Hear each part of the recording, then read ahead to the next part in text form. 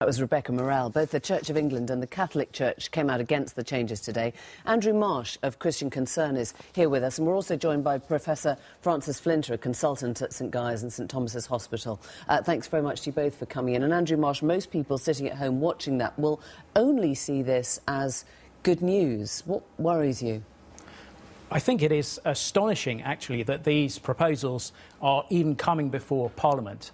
The reality is that what the government is seeking, effectively, is a licence to experiment on living, breathing human beings, lifelong experiments without consent. And that is very challenging ethically. When Andrew describes it like that, it makes it sound like vivisection. I mean, sort of guinea pig stuff. Is there an element of truth in that? Well, my experience is looking after families who've had children with these very serious disorders who've died.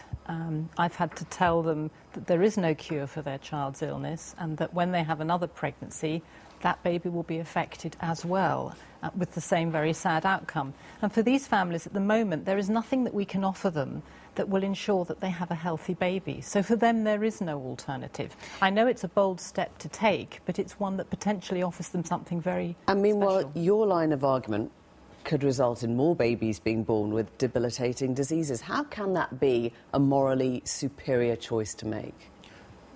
Well, what could happen if these proposals are allowed and we move to these techniques which still require a lot of work and even in the first phase of development would result in the destruction of many human embryos?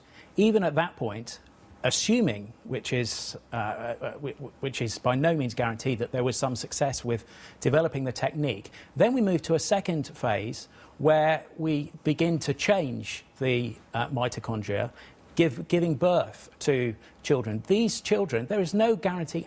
There's no guarantee at all. Is your argument that we don't know if it'll work, or that we shouldn't be doing it because it's the wrong thing to do? It is the wrong thing to do. There are huge safety concerns. There are huge questions about the efficacy of these suggestions. That's why many leading scientists, for example, Professor Evan Snyder, who chairs the scientific advisory panel to the Food and Drug Administration in the US on this issue, he says it's too early. So there are huge ethics, but it is a wrong move to make. Of course, our hearts are moved to compassion. Are moved to compassion by the situation. It is a profound moment to actually start filtering out the bits of an embryo that you don't want or don't like, isn't it?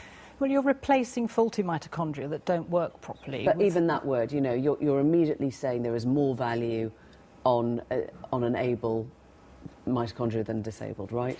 No, it's not making that sort of judgment. It's trying to help people to have a healthy baby. I think we need to remember there's been more scientific review of this proposed process than any other new medical technology. The HFEA has led over the last 3 or 4 years 3 very comprehensive scientific reviews, and they have found no evidence that this would be unsafe. I agree it's a bold step to take, just like doing the first kidney transplant was and doing the first heart transplant, but there come times in medicine where you have to think, do we know enough to be able to take that step?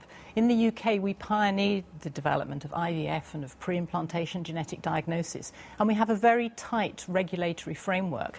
So if these trials... And it's not enough to say it's never been done before, so we shouldn't do it. Otherwise, we wouldn't have done any of the past medical advances. So of course, there is a noble aim here of dealing with, seeking to deal with the crippling effects of mitochondrial disorder, which is a rare condition. But the ends don't justify the means. How can you say that? Because to go down this path would involve creating a generation, even if we put aside for one moment the huge ethical objections that many, as I would have, to further embryo research, even if we put those on one side for a moment, we then enter a phase where we are creating a generation of human guinea pigs. Does it worry you that we could be, by Tuesday, the only place in the world where this is legal? It worries me more that if we don't do this in a very carefully regulated environment with very detailed lifelong follow-up, that these experiments will be done elsewhere in a much less regulated environment, and that couples living in this country who can't be offered treatment here might be tempted to go abroad. And this will get passed, won't it? I certainly hope not. And we can't use the argument there. We need to look at the ethical issues here. And we need to be clear that this is a huge line to cross, that we are creating for the first time genetically modified babies. We are changing the base of the human race, and as the report said, we are creating a situation where those changes, for good or for ill, and very likely in many cases for ill, will be passed down the generations. Thank you both very much indeed. Thanks for coming in.